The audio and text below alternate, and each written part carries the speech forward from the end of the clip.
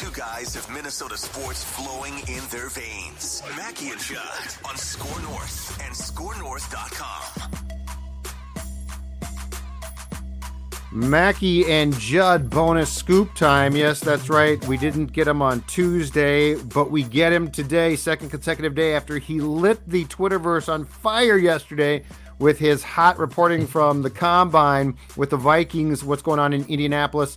It is Judd, it is Declan, it is Darren Doogie Wolfson. Doogie, we're glad to see you. Looking good, feeling good, I hope, and things are going well. I am feeling fine looking. I mean, I guess that's subjective, Judd. I mean, you look sharp. I mean, your coloring fine. looks good. You look good to me. You look good to me. I don't know if it looks like great, though, because I'm in the SKOR North studio. I'm by myself. Got new lighting in there. Yeah, so we have some new fancy lighting in here, these ring lights. Courtesy of Phil Mackey, yeah. Yeah, but the problem is when you have glasses, and I'm a glasses guy, yeah, the ring light, it glares off the glasses. Yep, I got the same problem. I'm trying to reconfigure these lights. Hopefully it's not really? a Not train me. wreck. Not me. I let this ring light in front of me just go glare off my glasses. So, I mean, that's a challenge. So the looking part, I'm telling you, some people might say that is absolutely a face for radio. Why do you guys put this on YouTube? Why is that individual on television in the Twin Cities? Take How the has he compliment and lasted run. 20-plus years on TV? Take it around. But whatever. Hey, the bosses say, hey, keep rolling with it, so I'll take their advice. All right. In fact, let's do this. Let's keep rolling with the theme that we started off yesterday's show with, the Combine. Talked about a lot of good stuff as far as the Vikings' interest in certain players, as far as who they've met with, and contractual situations. So let's pick up where we left off. Have you checked with more sources in the last 24 hours about what's going on at the Combine? Is there any more from the scoop bag that we maybe didn't get to yesterday? Well, sure. Now, admittedly, I was derailed with the Lindsay Whalen news on Thursday afternoon, so got sidetracked. I imagine we'll get to that story at some point in this conversation. Yep. But yes, for a bit after I left the studio yesterday, Thursday, into today, Friday, I've had some conversations, certainly have sent a number of text messages. I will tell you, I am still awaiting some word on one inquiry that you asked me to check on, Danielle Hunter. The only thing I found out, I did check. The only thing I found out is he's in Australia or is just on his way back from Australia, some world trip. Nice. Not that that impacts conversations with his representation at the Combine. You told me to check on, where do things stand? Danielle, presumably looking for an extension entering the final year of his deal. So I don't necessarily have an update on Danielle, Judd, outside of him being halfway across the world. The Vikings continue these formal interviews with a number of prospects. They will formally interview upwards of 45 prospects over the course of this week. Those are about 18-minute long conversations. You get grilled by Kwesi, by Kevin O'Connell, by other coaches, other members of the front office. There are a bunch of people with the Vikings in this suite. The player walks in. It's a test, right? I mean, that is a very stressful environment. So those conversations continue. I noted the interview with the Florida quarterback on Thursday. They've also interviewed the UCLA quarterback and a name I brought up yesterday. I botched the name, right? But the Kentucky quarterback, Levis, not Nevis. I think I was thinking of, is there a pitcher, Declan, with the Phillies, Nevis? Or is there a pitcher somewhere in the majors, last name Nevis? I'm thinking Phil Nevin. Or No, not Phil Nevin. I know Phil Nevin. Thank you. You can Google that. For some reason, I think there's a pitcher, Nevis. I was thinking about getting back into fantasy baseball. It's so time-consuming. Fantasy basketball's enough for me with fantasy football. But I had some pitching on my mind, all sorts of different stuff going on. But Levis, not Nevis, but Will Levis is another quarterback, Judd, that they've had a conversation with. That is a guy that I struggle to see falling beyond pretty much pick 7, Las Vegas. So the Vikings are certainly doing their due diligence on quarterbacks, but also cornerbacks. Cornerback Ricks from Alabama, Porter Jr. from Penn State, Smith from South Carolina. Those are all potentially first-round guys you could look at pick 23. The Vikings have had conversations with those guys and continue to hear they're doing a lot of work on the interior of the offensive line. So the work continues. But yeah, I mean, outside of just some of these formal interviews, these conversations the Vikings are having with draft prospects. Not a whole lot new. I know there was set to be today a conversation on Adam Thielen's future, but I don't know what the end result of that conversation is at this point. But that's still a situation I would continue to monitor. I've been saying for weeks, heck, going back to really January, that I absolutely can see Adam Thielen in a different uniform next year. I continue to hear, Judd, changes are coming. I can't exactly quantify how many, but there are some decisions coming. Kwesi normally brings these decisions all the way until the deadline. He's so calculated that he's not going to just make a move when he doesn't have to make a move. A specific deadline drives decisions. So when these decisions need to be made, those last 24 hours, that's when the moves will occur. But definitely some changes are coming. Are we hearing any scuttlebutt about, just from the tampering period that obviously starts at the Combine, are we hearing any potential free agent targets? Because ordinarily this is the time of year. So they created this sort of BS legal tampering period right before free agency starts. But we all know that, and I think we discussed this briefly yesterday, when you sit down, when you're Kwesi and Brzezinski and you sit down with an agent who represents your guy, he probably represents 25 players.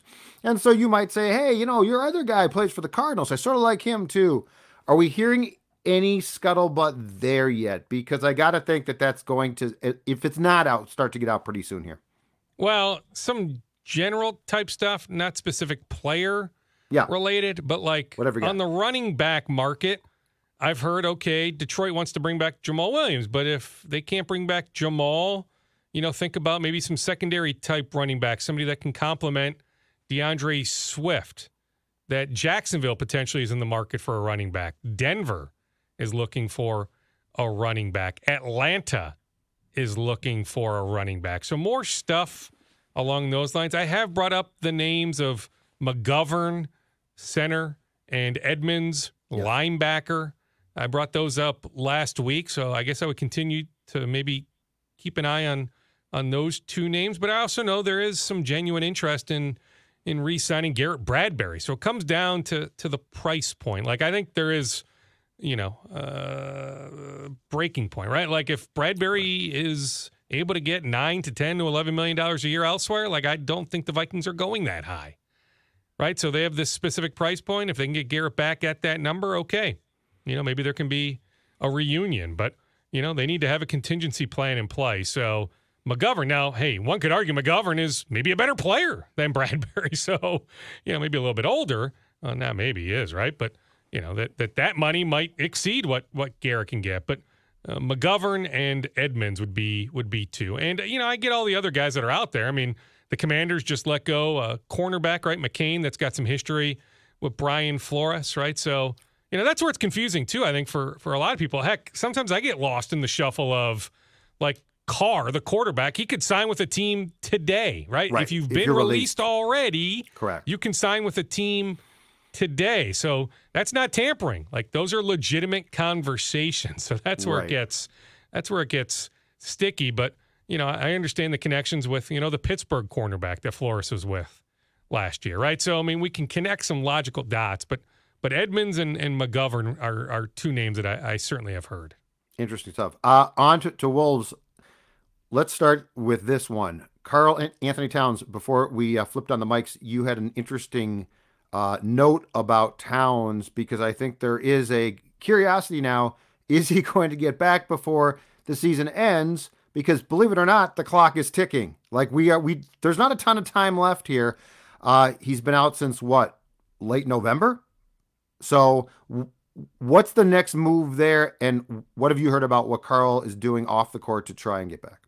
Well, I mean, I know that there's been some second opinions sought, the idea of finding another doctor, right? And so, that's been part of this process. Yeah, I mean, late November, he got hurt in that game in Washington, D.C. against the Wizards. I mean, heck, I thought there was a chance he'd be back by late January. Then I thought, okay, well, February, right? We got 28 days.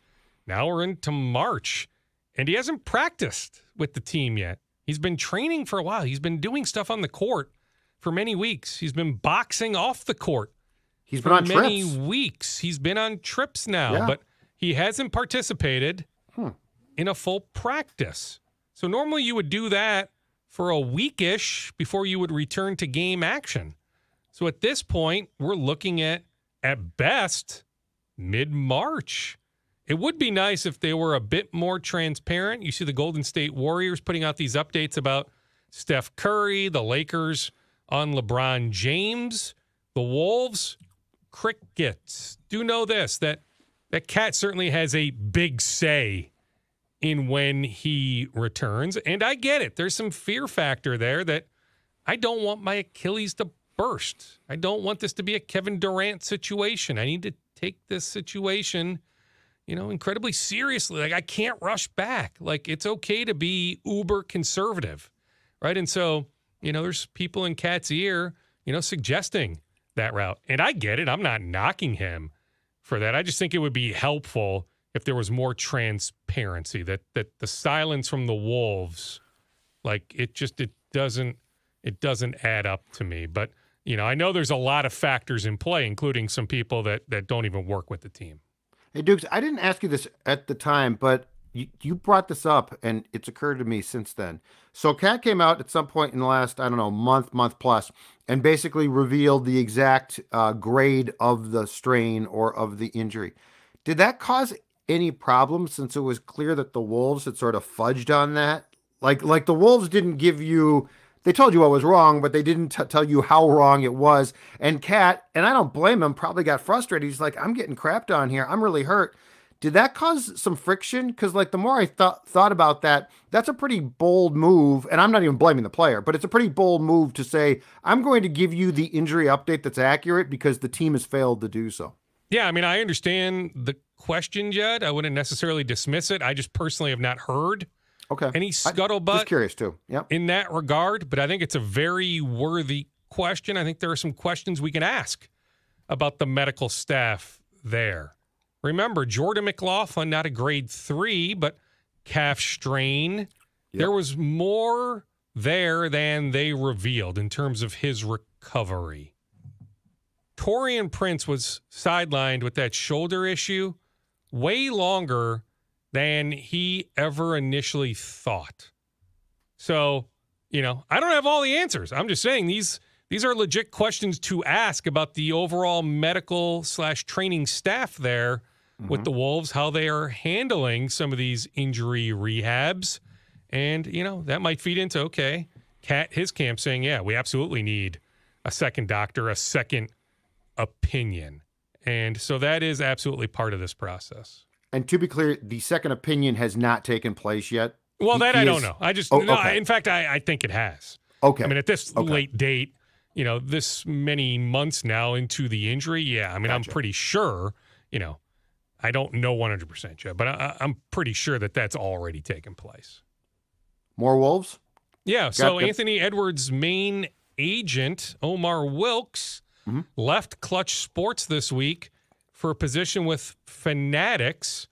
So there are some people wondering, will Anthony stay with Clutch with Rich Paul, LeBron James's guy, or will he seek new representation? Now, whoever the agent is, he will sign a max extension. Like, there's not a whole lot of negotiating that needs to take place with the next Anthony Edwards contract. But it is interesting that his agent, his main agent, left for Fanatics. And what type of relationship did that agent have with the Wolves? Yeah, good one. Yeah. Good one? Okay. Yeah, because you've got Marquise Watts, who's in the Wolves front office. He used to work with Clutch. And so Marquise has a really good relationship with Ant. So, if Ant stays with Rich Paul or seeks out new representation, having Marquise in the Wolves front office can help massage any, if there happens to be any friction at any point, Watts can help massage that situation. On to the Twins. Spring training in earnest continues in Florida. Very, very exciting stuff. You broached this first. I find it intriguing, and it's probably worth bringing up again. So the Byron Buxton plan is unfolding now, correct? So, like, the whole thing was, we're going to bring him along slowly. And by the way, I'm not blaming the Twins, but we're going to bring him along slowly. Yeah, we're going third, to. So he's not playing yet. Third. Okay. Yeah. So I mean, that's what I said weeks ago. So yeah, this plan is unfolding before our eyes. That it was never going to be this giant ramp up in late February into here early March. The idea is slow build up to get to what is opening day, March 30th. So we're 27 days away. So they had this thing mapped out weeks ago that dividing it into thirds. So I'm not even sure we're to that second third yet. Probably close. Mm-hmm. But yeah, I mean, this plan is exactly, what we're seeing is exactly what the Twins mapped out going back to December. Dukes, I saw you with us yesterday. You said Sonny Gray is on track to potentially be the opening day starter. I believe he makes his spring training debut on the mound this afternoon on Friday. Yeah. So what is the timeline here of how this is going to potentially shake out? Where is your inkling that Sonny Gray is going to be the guy that takes that ball by opening day? Yeah, that's been the buzz, Declan. My colleague Joe Schmidt was down there last week, and so just gathering a bunch of different buzz, connecting some dots. That yeah, I mean the signs point to Sonny Gray having the ball. Where is it? Kansas City for opening day, March 30th. Yep. So yeah, that Sonny Gray would be on the mound that day. His representation is due in Fort Myers at some point here in the very near future. So that's when I imagine that at least the idea of an extension gets broached. Now, if you're Sonny Gray, you may want to see how the year plays out. Will Rocco truly let him go into the seventh inning, face a lineup a third time? There is appeal to being an unrestricted free agent next winter. But if the Twins are willing to pay him a good amount of money, you at least need to entertain the idea of having that security. The Twins do have interest in extending Sonny Gray, but those talks they haven't gotten off the ground yet. And it was last July or August, correct? When Gray was talking to Joe Schmidt, your colleague, and basically did admit, I'd like to pitch more. I'd like to pitch deeper. It was a very revealing interview. Yeah. Yes. I thought that was probably one of the most, because I feel like the Twins defenders have said, well, if you look at it, that Rocco and company lifted guys like Bundy, Archer, and they tried to defend, well, the rest of the guys were allowed to pitch. Sonny Gray didn't reflect that. Like his comments, and he's a good pitcher, his comments were reflective of a guy who was clearly frustrated and wanted to talk. So I will say this, for all of the things that I've read this spring about, well, the Twins allow guys to go deep if they deserve it. Sonny Gray, who probably deserves it, was not on the same page as the defenders. Definitely not on the same page. And I get it from his standpoint. His track record suggests, hey, I'm fine going into the seventh inning, seeing a lineup a third time. Now, the Twins will counter that with, well, we gave you an opportunity or two early last season, and it didn't go so well. So in the moment, the small sample size of the 22 season, no, we're not going to allow you to do that. We have the evidence that suggests you can't do it. But then he'll say, well, look at me from my Cincinnati days. I can do it. Right. Right. And so that's the battle. But Rocco is on record. Now, I need to see it to believe it, John. I'm with you on Rocco this. is on record saying I know he is going to let these guys go longer. And they've also said that they are going to keep at least one guy who is quote unquote sort of stretched out in the bullpen, because the other thing that I didn't get last year is they didn't really have a long man. Like everyone was in microwave bits of pitching. And supposedly they claim that they're going to take one guy north who can actually come in if the starter struggled and not be done after an inning or two. So, yes, I'm with you. When we see it, I'll believe it. But it does sound like the strategy, and this starts, just to be clear, above Baldelli. Like this starts with Falvey. Yes. So, like, this is not a Rocco is No. He has not decided what's going to take place. He is basically told. But yeah, it's an interesting philosophy. And you know what? I got to think that a guy like Sonny Gray is probably going to be in wait and see mode too, because he might say, you know what? If I'm going to get yanked after 5, I'll go elsewhere. Like, I'm just not happy with that. I mean, I guess I would be mildly surprised if an extension gets worked out, just because of that Sonny will say, let me play this thing out. I've been relatively durable here for a bit. Like, I don't need that security right this second. So let me see how the year goes. hey, it's not like you can't have a conversation in season. I know there's not a lot of evidence to suggest, that these deals have been worked out in July or August, but, it's not against the rules, right? I mean, if Sonny's representation wants to engage Falvey, Levine, middle of the season, if there's a good track record there of allowing him to go into the 7th inning or beyond, you can revisit extension talks. But yeah, I guess I would be mildly surprised if something gets worked out before opening day. Judd, let me shoot down one thing I've seen out there that some people think there's some friction because Sonny Gray wasn't at Twins Fest in late January, that was like a subtle middle finger to the Twins, something along those lines. He legitimately, I don't know if it was a golden birthday, whatever it was, but it was a special birthday for one of his children.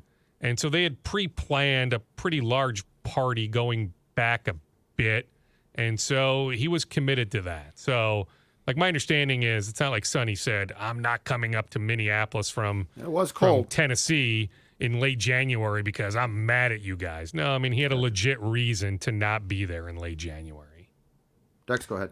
Yeah, by the way, Twins playing their spring training game today. Sonny did make those 25 pitches before being pulled. However, Nick Gordon left the game with an injury. He had an awkward, I believe, slide into second. They pulled him, probably precautionary, but pulled him after injury. Luckily, they got Donnie Barrels, right, the infielder that they like to say from the Nationals.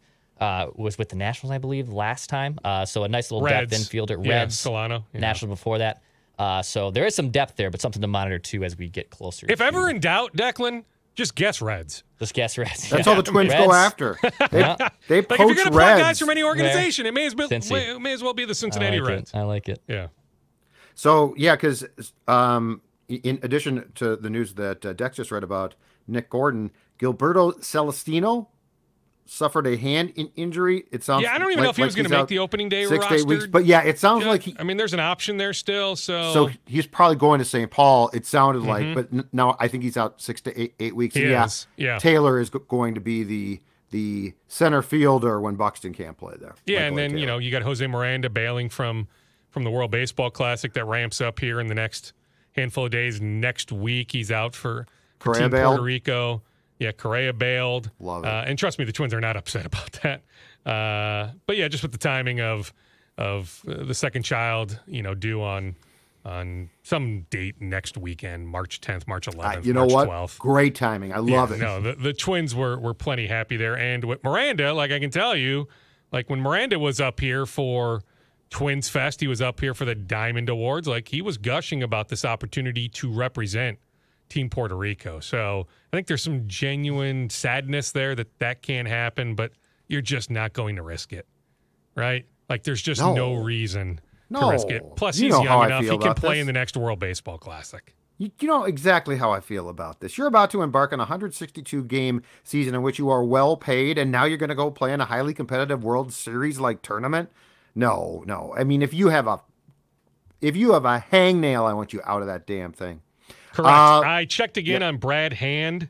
Yep. Right, so the Twins, they've you want the Chaska Chaska guy back here. Yeah, because he's you can feel it in your bones how bad you want him on that mound at Target He'd Field. very much like that because he thinks this organization has a chance to win at a pretty high level. Yep. He's got some offers right now, but it's from losing organizations. So that would point to, if he does anything, he's going to get traded in late July, right? So that complicates things. But we're just not to the point of the Twins actually extending any sort of offer, whether that be a major league offer or even a minor league offer. Go to St. Paul and pitch. Nothing. Just nothing he's at there. home. So I'd like to see it. Yeah, but just nothing there with Brad Hand. I mean, the Twins did make some moves on the reliever side in the last 5-6 days. Jeff Hoffman, the former top 10 pick. Yep.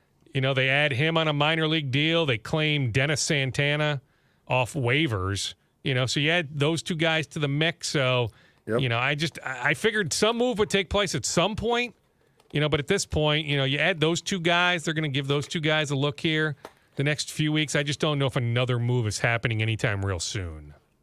I like your idea, though. All right, let's wrap up with this. The news came down yesterday afternoon. Lindsay Whalen is out as the Gopher basketball coach. It sure appears she was fired. They're trying to say it was a mutual decision.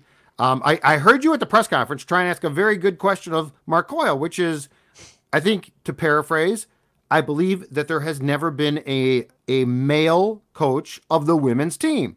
And clearly you said, would you consider that? And Coyle beat around the bush big time. But one, your takeaway. Two, where do you think this thing is going? And three, just as importantly, should Ben Johnson be sleeping well right now? Well, Ben will get a third year. I mean, just look at the buyout number.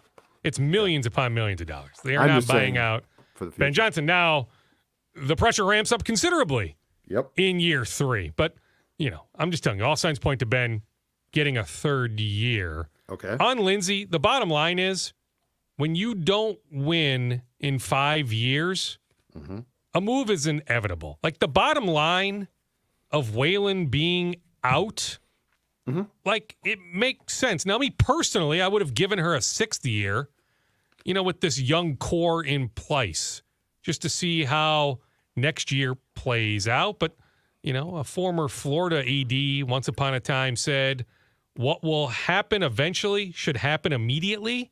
If you want to apply that logic to this situation, fine, so be it. What baffles me is the way that the Mark Coyle news conference was handled on Thursday. He's pointing to some conversation that took place at the men's Final Four in New Orleans last April. So Lindsay Whalen receives a contract extension this time last year, Judd. So that would have been 12 months ago. So then 1 month later, 11 months ago, Coyle is claiming there was some conversation with Lindsay about her future? Then post-game, after they lose to Penn State at Target Center on Wednesday, the way Lindsay was talking, she certainly thought she would be back. Then we have this news conference on Thursday that frames it as if this was some sort of mutual decision? Come on. No, just lots of word salad. And I like Mark. Mark doesn't handle this stuff well. He knows how to hire coaches. He does. I don't know who the name is right this second, but I bet you he gets a pretty darn good coach in here. All right? And that coach probably will win more, even as soon as next year, than probably Lindsay would have, right? Because Lindsay has a ways to go as a coach, right? But just, can he even I'm not saying win a news conference. Just, can I walk out of a news conference with Coyle just thinking, you know what? Neutral. You know what? He did not okay. comfortable. He's not comfortable. It's it just was clear. so awkward. I listened to it. It's just so weird. Your question was not hard to answer, even if you didn't want to give. Well, and he needs to know. He needs to know that there's never been a male head coach. In program history. He turns to Paul, who's one of the sports information guys. And he goes, Paul, is that right?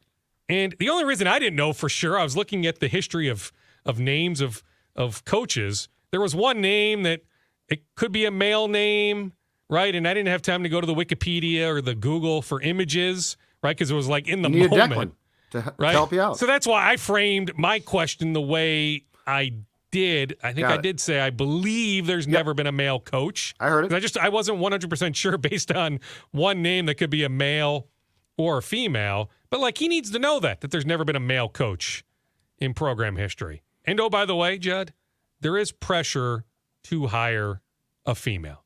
There just is, because the head coach at South Dakota State is a male, Aaron Johnston from Pine Island.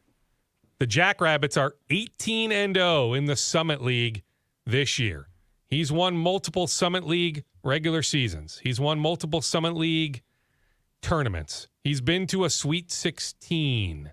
He's accomplished so much, only 48 years old. Now, Royce thinks he would leave. I'm still working on that part, Judd. He's got a sweet deal there in Brookings. They have a new arena coming. He's got some younger children. Does he want to uproot the family? So I'm not necessarily convinced he would leave. But again, if signs point to the pressure being on Coyle to hire a female, continue that tradition, right? And he just hired a Caucasian male as volleyball coach. So can you hire a Caucasian male as the women's basketball coach? I mean, that might be a pretty deep conversation, right? Because to me, just hire the best candidate. Whoever you determine who the best candidate is, Sure. go ahead and try to hire that individual. But I'm just telling you, behind the scenes, there is pressure to continue the tradition to have a female as the women's basketball head coach. And Great. So if that's the case, there are some logical candidates. The coach at Marquette right now, the coach at West Virginia was at South Dakota, won at a high level, right? So there are some logical female candidates. So you can go get a pretty good female, but they're also going to have to pay. Like Illinois just brought in a new coach, paying that coach, and she won this year at a pretty high level, way higher than Illinois has won in years, right? But she makes $800,000 a year. Lindsay was on the hook for next year at just under $575, not quite $600. Good money, but they probably need to go higher if they really want to bring in, a really, really good coach. But I just feel bad for Lindsay. Mark was claiming, Coyle, that there was miscommunication on Lindsay's presence at the news conference. She last night tweets she just got overly emotional, which I get, in the elevator, riding the elevator down to the press conference room. To me, Judd, just be transparent on that.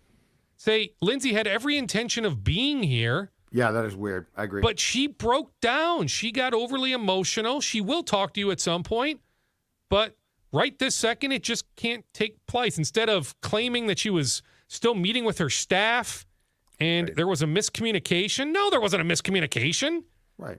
She clarified that on social media, that she had explained it. every intention of being down there, and a few minutes before she broke down, she started crying, which I get. Yep. But why not just be transparent on that? I have no idea. It's a very, very good question. But I'm just telling you, the bottom line of a change, I get. Right? I mean, that program's been blah for a long time, pre-Lindsay. Right? But in theory, you'd like to think maybe you can draw a few thousand people per game, right? They weren't even drawing, I'm not even sure, 1,000 people in the end, right? So, you should be able to sell a few more tickets, create some more buzz. I'll just tell you, I won't say the name, but there is a star recruit, an underclassman, a star recruit here in the state that had no interest in playing for Lindsay. There is some interest in being a Gopher, sure, but no interest in playing for Lindsay. Now, Mara Braun, Mallory Heyer, some of these players, they love her, right? So, I mean, that might be any coach, right? Some who love a coach, some who have no interest in playing for that coach. But you look at some of these girls, in the classes of 23, 24, 25, Judd, like Tessa Johnson from St. Michael, Albertville, McDonald's All-American. She is on her way to South Carolina. I don't think the Gophers ever had a prayer to get her. Now, South Carolina, right? That's like Tyus and Trey Jones going to Duke, right? The Gophers never had a chance to get those guys. South Carolina is, the Duke of women's basketball. But then, there's some NIL, scuttlebutt, some money being involved, right? Like the idea of NIL was once you're in a program, you can earn some money, but that there isn't supposed to be money to get somebody to choose a school, right? But who exactly is policing all this? Right, but you lose Tessa Johnson. You've got Olivia Olson from Benilde St. Margaret's. You lose her. Number 3 recruit in the country per ESPN, class of 2024. Again, Judd, number 3 in the country. You lose her, not to South Carolina or UConn, but to Michigan, which is an up-and-coming program, don't get me wrong. But that one hurts. Taylor Woodson, senior from Hopkins. You lose her to Michigan. Right, so that's where it's tough, when you're losing some really good players to Michigan. I got you. All right, Dukes, we got to run. Thanks much, and we will talk to you next week for more scoopage, man. You got it. One more, right? I got to continue the tradition, right, Declan, of one more scoop after you tell me goodbye. So U.S. Bank Stadium this weekend, the Cambria Classic. Some really good baseball at U.S. Bank Stadium. The defending national champion Ole Miss Rebels are in town this weekend. So the Twins will have a scouting presence. So will some other Major League organizations, but certainly the Twins will have a nice scouting presence at U.S. Bank Stadium this weekend. I'm told these are the best names to keep an eye on for the MLB draft. Guy named Bradfield for Vanderbilt. So Vanderbilt's here this weekend. Gonzalez for Ole Miss. And Shaw for Maryland. So Maryland is here. Ole Miss is here. Vandy is here. Hawaii is here. Nebraska, I believe, is here. It's a good field. Like, if you want to go watch some baseball, head to U.S. Bank Stadium this weekend. But anyway, those are the names for the MLB draft, 23 MLB draft to keep an eye on this weekend in downtown Minneapolis. Bradfield, Gonzalez, Shaw. Awesome stuff, man. Thank you, Dukes. Okay, see you, boys.